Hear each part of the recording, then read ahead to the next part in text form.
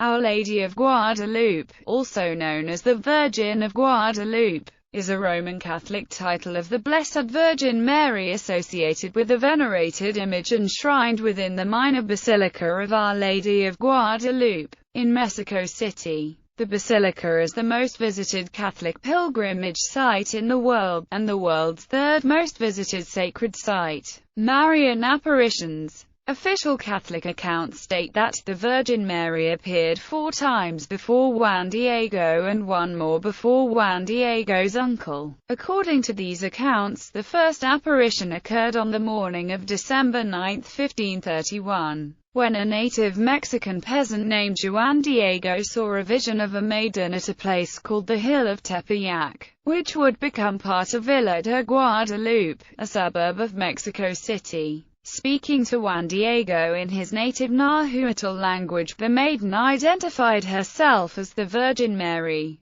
Mother of the very true deity, and asked for a church to be built at that site in her honor. From her words, Juan Diego then sought out the Archbishop of Mexico City, Fray Juan de Zumarraga, to tell him what had happened. As the bishop did not accept the idea, on the same day, Juan Diego saw the Virgin Mary for second time and she asked him to keep insisting. On Sunday, December 10th, Juan Diego talked to Archbishop for the second time and he instructed him to return to Tepeyac Hill, and asked the lady for a miraculous sign to prove her identity. That same day the third apparition occurred, in which Juan Diego returned immediately to Tepeyac and, encountering the Virgin Mary, reported the bishop's request for a sign. She consented to provide one on the following day. By Monday, December 11th, however, Juan Diego's uncle Juan Bernardino had fallen sick and Juan Diego was obliged to attend to him. In the very early hours of Tuesday, December 12th,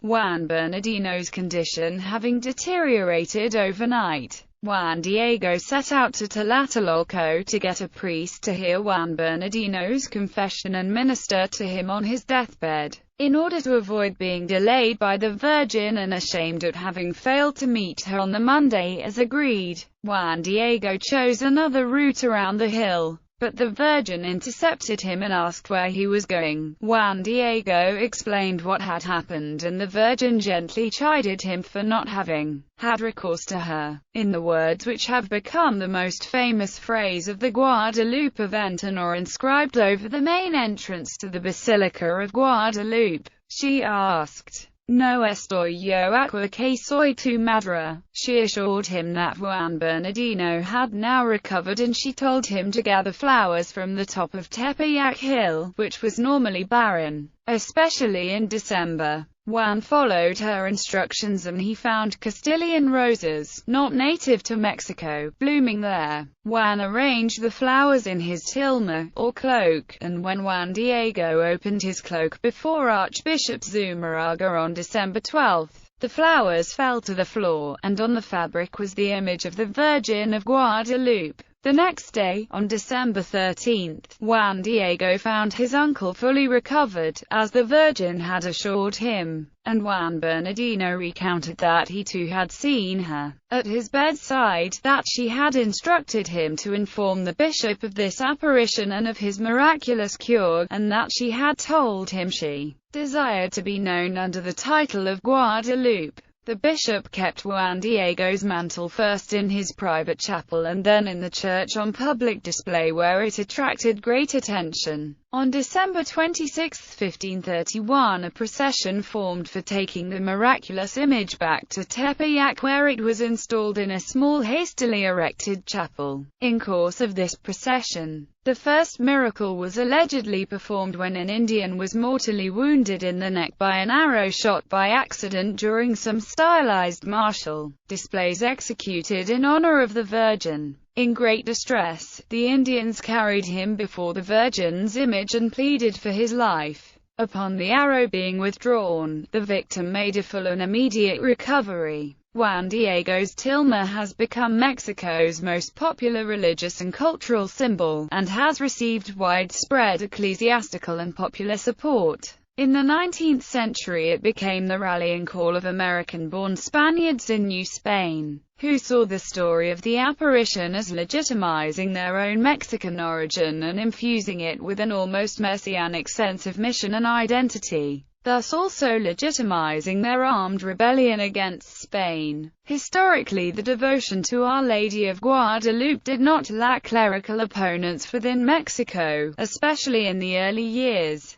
And in more recent times some Catholic scholars, and even a former abbot of the Basilica, Monsignor Guillermo Schulenberg, have openly doubted the historical existence of Juan Diego, referring to the devotion as merely symbolic, propagated by a sensational cult. Nonetheless, Juan Diego was canonized in 2002, under the name Saint Juan Diego Cuauhtlacoatzin. While the image garners much religious devotion and Mexican patriotism, scholarly criticism on the image is also notable, considering the artistic disproportion of the image. The similarity of the image to Spanish pre-colonial artwork closely related to the Aztec colony at the time. The alleged relationship of Marcos Ipac de Aquino in either inventing or amending the Tulma cloak, and the public declaration of the abbot of the Guadalupe shrine pertaining to the false existence of the Marian apparitions. Early history. Following the conquest in 1519–21, the Spanish destroyed a temple of the mother goddess Tenanza at Tepeyac outside Mexico City, and built a chapel dedicated to the Virgin on the site. Newly converted natives continued to come from afar to worship there, often addressing the Virgin Mary as Tenanta. What is purported by some to be the earliest mention of the miraculous apparition of the Virgin is a page of parchment which was discovered in 1995, that according to investigations dates from the 16th century. This document bears two pictorial representations of Juan Diego and the apparition, several inscriptions in Nahuatl referring to Juan Diego by his Aztec name, and the date of his death, 1548, as well as the year that the Virgin Mary appeared, 1531. It also contains the glyph of Antonio Valeriano, and finally, the signature of Fray Bernardino de Sahagun that was authenticated by experts from the Banco de Mexico and Charles E. Dibble. Scholarly doubts have been cast on the authenticity of the document, however. A more complete early description of the apparition occurs in a 16-page manuscript called the Nican Mopahua, which was acquired by the New York Public Library in 1880, and has been reliably dated in 1556. This document, written in Nahuatl, but in Latin script, tells the story of the apparitions and the supernatural origin of the image. It was probably composed by a native Aztec man, called Antonio Valeriano, who had been educated by Franciscans.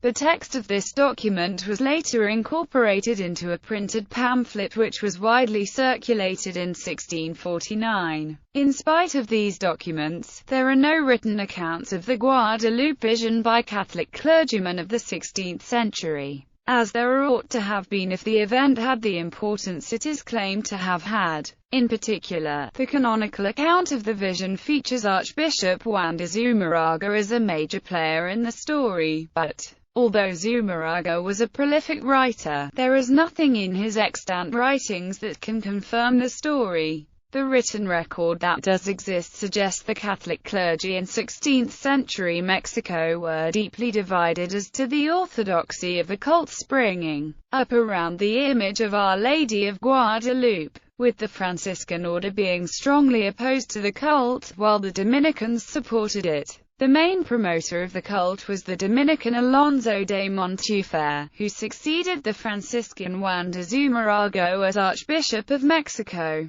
In a 1556 sermon, Montufar commended popular devotion to Our Lady of Guadalupe, referring to a painting on cloth in the chapel of the Virgin Mary at Tepeyac, where certain miracles had occurred. Days later, Fray Francisco de Bustamante, local head of the Franciscan order, delivered a sermon denouncing the cult. He expressed concern that the archbishop was promoting a superstitious regard for an image. The devotion at the chapel, to which they have given the name Guadalupe, was prejudicial to the Indians because they believed that the image itself worked miracles, contrary to what the missionary friars had been teaching them, and because many were disappointed when it did not. The next day Archbishop Montufar opened an inquiry into the matter. At the inquiry, the Franciscans repeated their position that the image encouraged idolatry and superstition, and 4 witnesses testified to Bustamante's claim that the image was painted by an Indian, with one witness naming him, the Indian painter Marcos.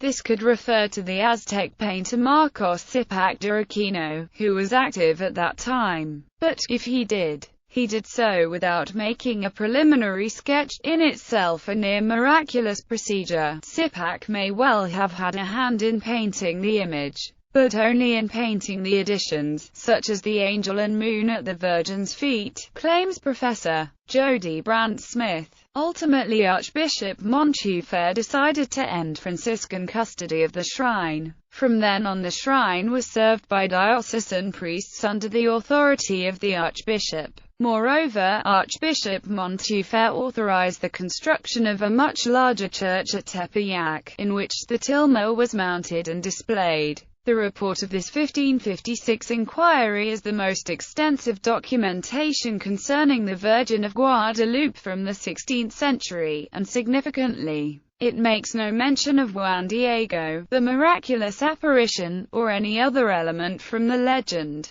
But if the miracle story did have currency at that time, it seems strange that it would have been omitted from this report. In the late 1570s, the Franciscan historian Bernardino de Sahagun denounced the cult at Tepeyac and the use of the name of Tenanta to call Our Lady in a personal digression in his general history of the things of New Spain, in the version known as the Florentine Codex. At this place, Tepeyac, the Indians had a temple dedicated to the Mother of the Gods, whom they call Tenanta, which means Our Mother. There they performed many sacrifices in honor of this goddess, and now that a church of Our Lady of Guadalupe is built there, they also call her Tenanta, being motivated by the preachers who called Our Lady, the Mother of God, Tenanta. It is not known for certain where the beginning of this Tenanta may have originated, but this we know for certain, that, from its first usage, the word means that ancient Tenanta, and it is something that should be remedied, for the correct, native, name of the Mother of God, Holy Mary, is not Tenanta, but Diosinanta.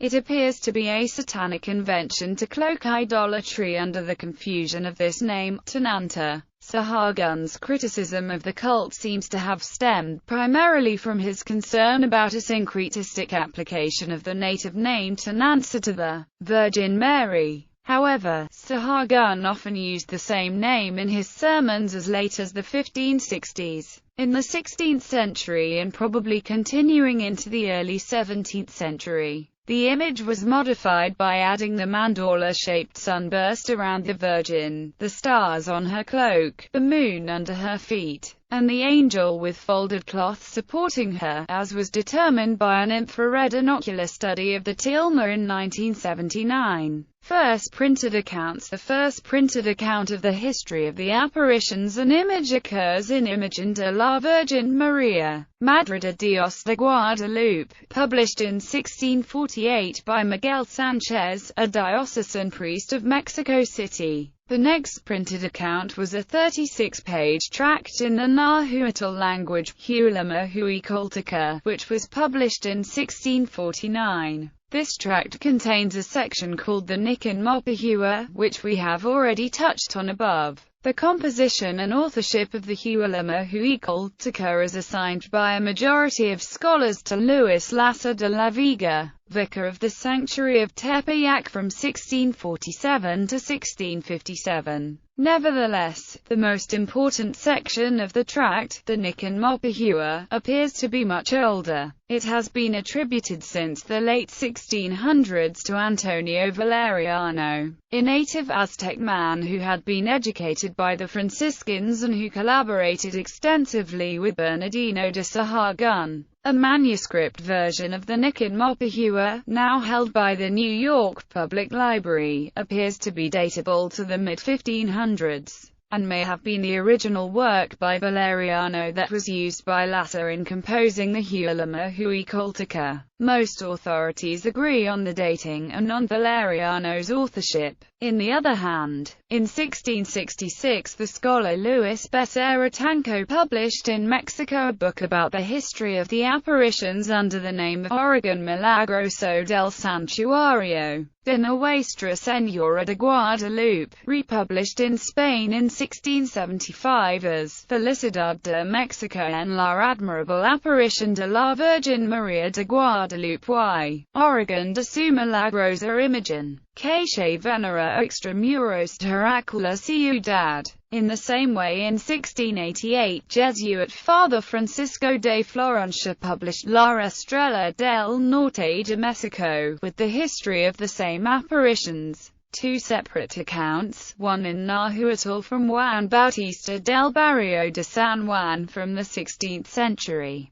and the other in Spanish language from Servan de Teresa de Mier, date the original apparition and native celebration in September 8 of the Julian calendar. It also confesses that the Spaniards celebrate it in December 12 instead. It was due to the Informationes Jurídicas de 1666 for which it was requested and obtained a feast day in name of Our Lady of Guadalupe, and the transfer of the date of the Feast of the Virgin of Guadalupe, from September 8 to December 12, the latest date on which the Virgin supposedly appeared to Juan Diego. The initiative to perform them was made by Francisco de Sales, who proposed to ask the Church of Rome a Mass itself with elusive text to the apparitions and stamping of the image, along with the Divine Office itself, and the precept of hearing Mass on December 12. The last date of the apparitions of the Virgin to Juan Diego was the new date to commemorate the apparitions. In 1666 the Church in Mexico began gathering information from people who reported having known Juan Diego, and in 1723 a formal investigation into his life was ordered, where more data was gathered to support veneration. Because of the Informationes Jurídicas de 1666, in the year 1754 the Sacred Congregation of Rites confirmed the true value of the apparitions and granted celebrating Mass and office for the Feast of Guadalupe on December 12. These published accounts of the origin of the image venerated in Tepeyac increased interest in the identity of Juan Diego, the original recipient of the vision. A new basilica church was built to house the image. Completed in 1709, it is now known as the Old Basilica.